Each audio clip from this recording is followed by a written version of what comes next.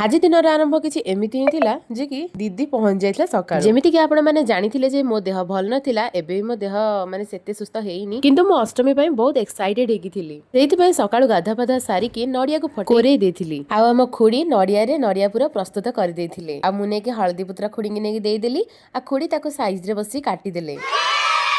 आ ताको पानी रे भल से धोई देले। A few moments later.